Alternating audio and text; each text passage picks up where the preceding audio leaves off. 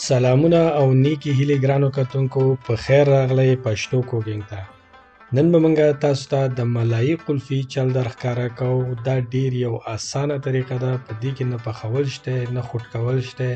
نو که تاسو دا ویډیو تر اخره پورې وګورئ نو د ډیر یو مزهدارې او خوندورې ملایي قلفي چل به زده کړئ.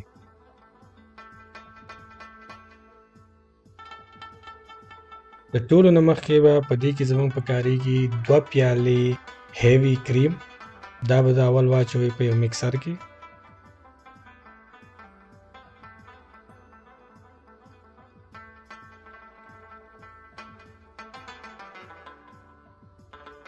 د دې په سر باندې به واچوئ 1 پیاله او د 1 پیالې دریمه برخه ایویپوریټډ ملک، یعنی تقریبا 3.5 ملي لیټره.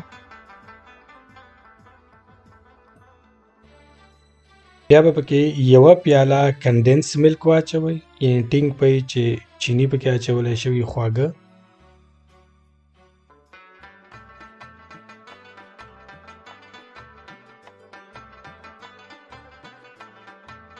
نیمه قاشوغه د لاچي پوډر به پکې ور واچوئ، 1 غټه قاشوغه بادام،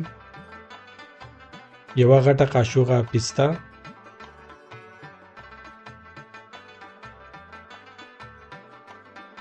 دې نه پس به پکې 4 دانې توست بریډ، یعنی 4 دانې ډوډۍ دغسې وړې وړې ټوټې شوي.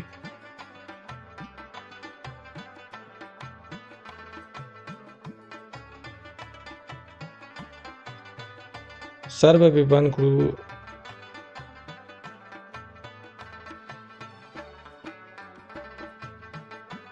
ښه به یې مکس کړو چې بادام، پسته او دا ډوډۍ پکې ښه حل شي.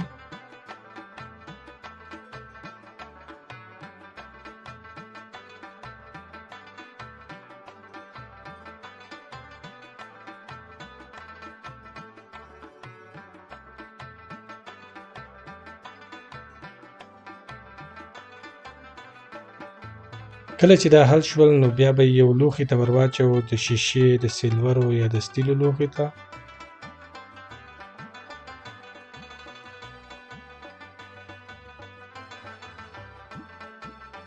سر به یې په یو پلاستیک باندې پټ کړئ چې واوره ونه نیسي،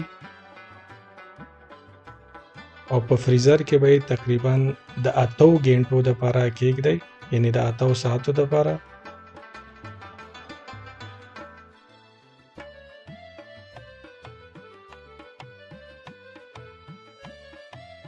دا دی زموږ 8 غنټې پوره شوي دي. اوس هم راواغستل، پلاستیک به ترې لرې کړو او د 10 منټو دپاره به یو طرف ته کیږدو چې د دې لوښي نه راجدا شي.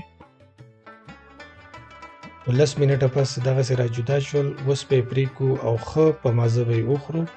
ډېره یو مزهداره او ډېره یو خوندوره ملایي قلفي وه. نو که ستاسو زموږ دا ویډیو خوښه شوې وي نو زموږ د چینل سبسکرایبول مه هېروئ. تاسو ته ښه خوراک غواړو که تاسو ځان ته جوړه کړه، ځکه چې ډېر اسان چلی دی. نو ستاسو نه اجازت غواړو تر بلې ویډیو پورې د الله په امان.